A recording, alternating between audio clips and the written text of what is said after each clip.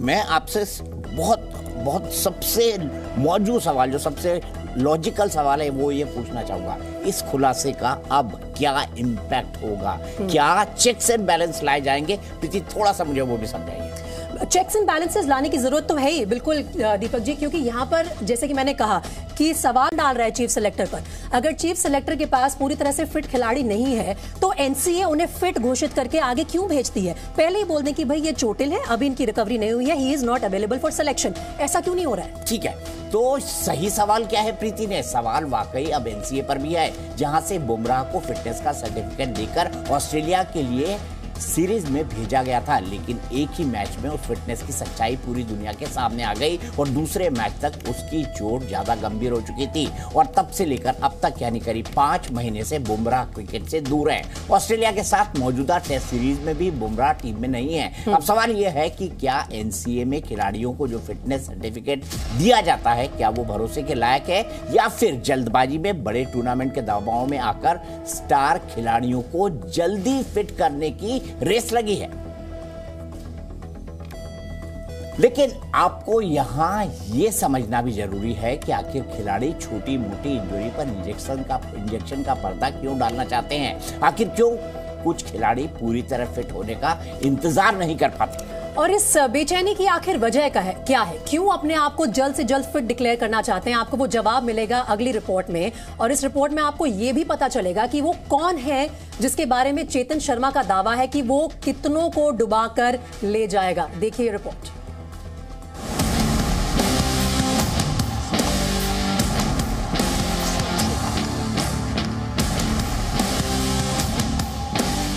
भारत का राष्ट्रीय खेल हॉकी है, लेकिन कहते हैं क्रिकेट यहां धर्म की तरह है। हमारे देश में ओलंपिक गोल्ड मेडल जीतने वाले खिलाड़ी भी 2-4 साल में भुला दिए जाते हैं, लेकिन क्रिकेटर भगवान बन जाते हैं। देश का बच्चा बच्चा जानता है, अगर किसी खेल से सबसे ज्यादा दौलत और शोहरत बनाई जा सकती है तो वो क्रिकेट है। इसलिए शहर शहर, गांव गांव में लाखों युवा आंखों में टीम इंडिया के लिए खेलने का सपना लिए और हाथ में बैट बॉल थामे आपको 22 गज की पिच पर पसीना बहाते हुए दिखेंगे। लेकिन लाखों में ज्यादा से ज्यादा कितने खिलाड़ी टीम इंडिया में जगह बना पाते हैं, इसे आप भी समझते हैं। भारतीय क्रिकेट टीम में पहले नंबर से लेकर 11वें तक एक एक स्थान के लिए कई दावेदार हैं। किसी को मौके मिलते हैं तो कईयों का करियर मौके का इंतजार करते करते ही खत्म हो जाता है। इतनी तगड़ी प्रतियोगिता के बीच अगर किसी खिलाड़ी को टीम इंडिया में जगह मिलती है तो वो छोटी मोटी इंजरी की वजह से टीम से बाहर होना नहीं चाहता। ऐसे में वो खिलाड़ी खुद को 100% फिट दिखाने के लिए इंजेक्शन लेता है। ये दावा है बीसीसीआई की चयन समिति के चेयरमैन चेतन शर्मा का। सब स्टार बनना चाहते, सब सुपरस्टार विराट कोहली बनना चाहते, तो मैं किसी को उठ के कहूँ कि यार वो लड़का जानबूझ के बना, कोई नहीं है। कुछ प्लेयर्स ऐसे होते हैं कहते हैं हमें खेलना है, हम विड्रॉ करते हैं कि नहीं यार मत, कोई बात नहीं बेटा, क्योंकि लड़के को पता है ना अगर मैं हटा कोई दूसरा आया। चेतन शर्मा की बातों से लगता है कि खिलाड़ियों पर जगह छिन जाने का दबाव ज्यादा है, और जिन खिलाड़ियों पर इस तरह का दबाव है वही इंजेक्शन के खेल में भी शामिल होंगे। चीफ सेलेक्टर ने यहां एक ऐसे युवा खिलाड़ी के बारे में बात की जिसकी वजह से 3 खिलाड़ियों का करियर अधर में लटका है। अब जैसे ईशान किशन वो इंजर्ड हुआ, ईशान किशन अंदर आया, कितनों को डूब के ले जाएगा ईशान किशन? ऋषभ पंत की प्रॉब्लम आ गई, शिखर धवन लिटरली बाहर हो गया टीम में से, संजू सैमसन फंस गया।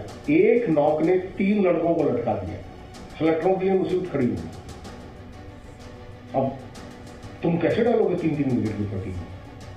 केएल राहुल विकेट कीपिंग करता है, ईशान किशन है ही टीम में, अब डाल के दिखाओ ना तीसरा विकेट कीपर। अब जैसे तुम संजू सैमसन को नहीं डालोगे, वो पीछे से अच्छा करता है, तो ट्विटर पे तुम्हारी उड़ा देंगे सेलेक्टरों को। क्या करें सेलेक्टर भी? तो अब उसमें खेल ही नहीं जो किया उसको तो लेना ही पड़ेगा। इसलिए कोई प्लेयर जगह छोड़ना नहीं चाहता, उनको पता कोई आया अगर उसने कुछ कर दिया था अच्छा 2 साल वेट करना पड़ेगा, इसलिए वो इंजरी की बात ले जाते हैं। 15% अगर इधर उधर होते नहीं है ना 85% में भी हमें बोलते हैं सर खेल लेने सर, बट मेडिकल साइंस नहीं क्लियर करती ना, तो वो प्रॉब्लम था। मेरा तो खेलना था, मैं नहीं मना कर। हाल ही में वनडे क्रिकेट का सबसे तेज दोहरा शतक बनाकर ईशान किशन ने सनसनी मचा दी और ऐसा ही एक दोहरा शतक बनाकर युवा सलामी बल्लेबाज शुभमन गिल ने भी अपनी दावेदारी मजबूत कर ली। चेतन शर्मा से हमारी बातचीत ईशान किशन के दोहरे शतक के बाद और शुभमन गिल के दोहरे शतक जड़ने के बीच हुई थी, इसलिए उन्होंने ईशान किशन के बारे में बताया कि उनके दोहरे शतक ने 3 खिलाड़ियों का करियर करीब करीब डुबो दिया है। उन्होंने खास तौर पर शिखर धवन, संजू सैमसन और केएल राहुल का जिक्र किया।